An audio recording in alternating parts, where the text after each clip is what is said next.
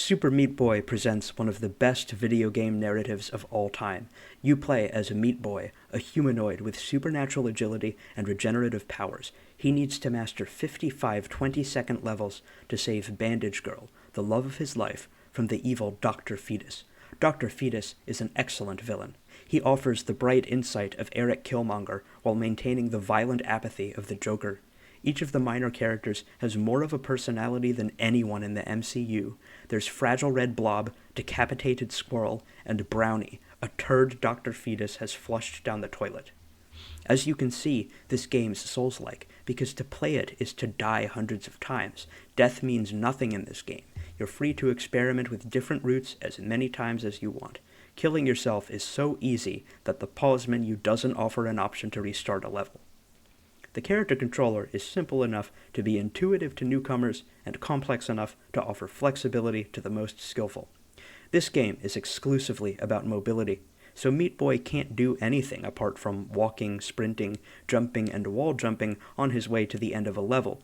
But both horizontal and vertical movement are dynamic in key ways. Whether he's walking or sprinting, Meat Boy accelerates toward a maximum speed, so a running start to a jump makes a difference.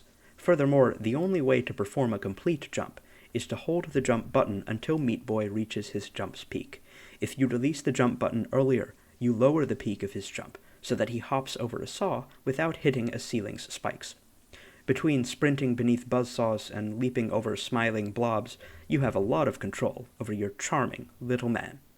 That Team Meat has put tons of thought into level design is unequivocally apparent because everything in each level works either for you or against you.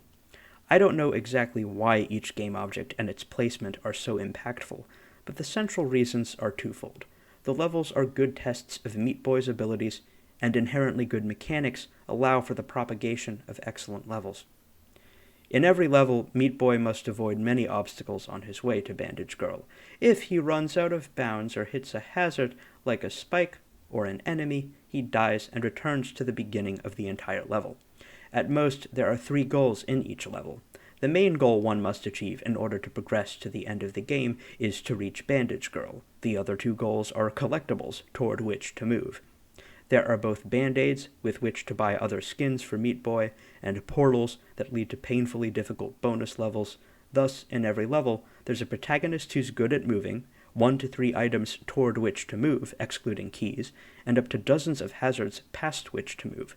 The ubiquity of hazards focuses Meat Boy's strengths on the few opportunities to succeed.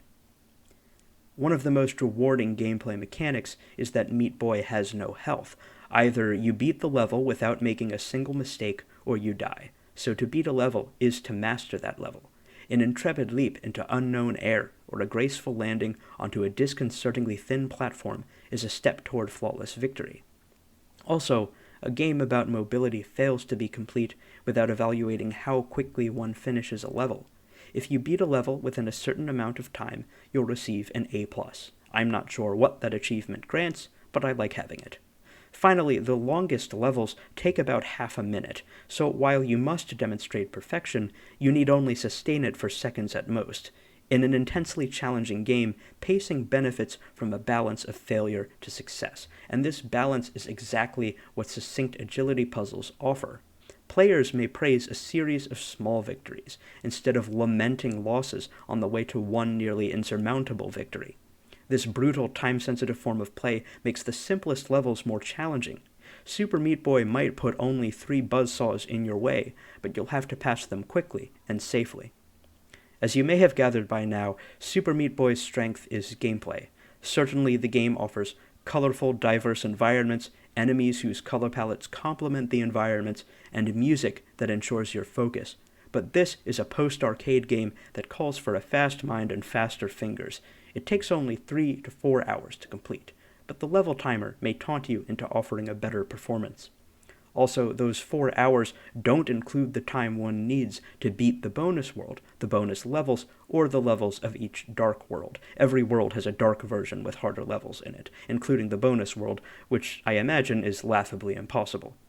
How long does completing both the bonus levels and the dark worlds take? I don't know, but I imagine Super Meat Boy is worth the $15 for which it goes on Steam.